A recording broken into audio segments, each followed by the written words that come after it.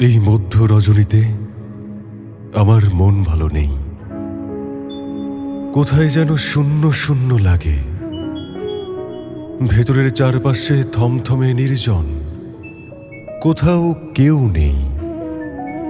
শুধু অবহেলার গ্লানি বুকে নিয়ে নিবিড় রজনীর সাথে জমেছে হারানোর গল্প।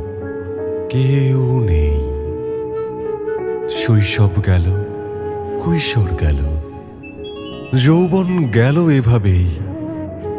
চিরকাল কেটে গেল একা, শুধু একা, কেউ নেই।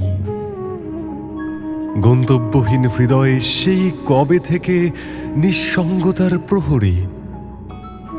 আজও শেষ হল না এই অবাধ্য দায়িত্বের প্রহর।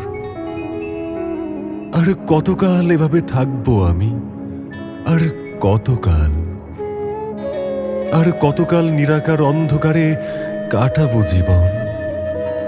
সেই কবে থেকে কেউ নেই।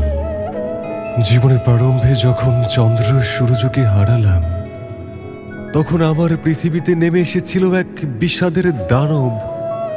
মুহূর্তে ধ্বংস করে দিয়েছিল শত শত স্বপ্ন, শত শত আশ্বাস আর সান্ত্বনা।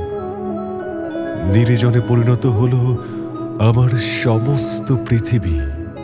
সেই থেকে একাই রয়ে গেলাম নিরাশার নদীতে ভেসে।